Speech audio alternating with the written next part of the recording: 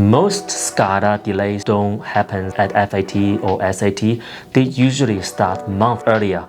Often the day someone chooses the wrong SCADA hardware and the software platform. We've seen projects where everything looks fine on paper until SAT, when a single failover test exposed a design flaw that has been baked in from the start. One project lost a week and hundreds of thousands of dollars in delay costs because the hardware simply couldn't do what the brochures implied. Hi, Jordan Zhao from ACE. Today I'll show you how we optimize SCADA design from day one so you pass compliance the first time. We always start with your grid obligations, AEMO standards, and your TNSP's requirement because every state and every TNSP is different. So for example, some requires DMP3 serial communication, others requires DMP3 TCP communications. Some requires redundant RTU and redundant server, some requires the links and hardware redundancy, and sometimes even I/O redundancy. Depends on the switch room design. And here's a real-world example. We once supported projects where project EPC had assumed the standard SCADA designs would work across 2 different states in Australia, and it didn't. One TNSP requires dual link redundancies, another requires hardware redundancy with specific event recovery time. The mismatch added 6 weeks of redesign. We always check event handling, buffering, response time, and the dispatch command sequences. Bottom line,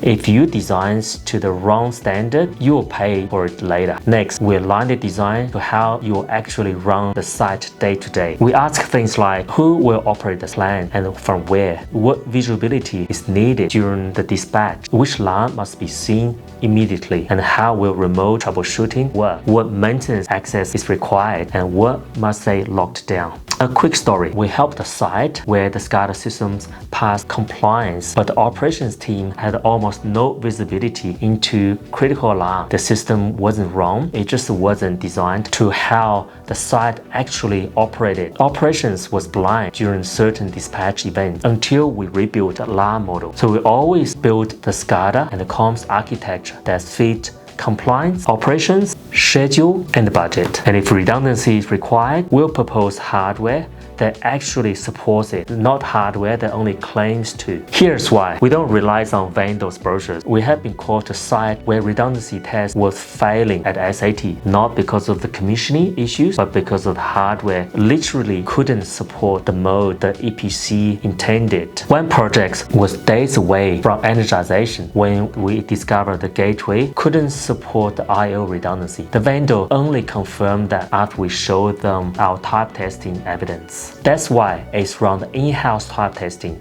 on every grid connection SCADA hardware and the software we use. We test real behavior across real scenarios: link, failover and recovery, event buffering and replay, DMP3 responsiveness under degraded comms condition, hardware switchover behaviors, I/O redundancy, firmware quirk that only appears under real load. We built a proven database of RTUs, gateways, network devices, PLCs, and SCADA platforms that we already type tested in-house. That means we don't start from scratch. We select and propose combinations we already know will work in the field, under grid standard, under redundancy requirement, under real operational load. A short example, because we had already tested a particular RTU PLC combination in-house, we helped a BESS project avoid 6 weeks FAT delay. They were about to specify hardware we already knew wouldn't pass failover condition. Our database turned the potential disaster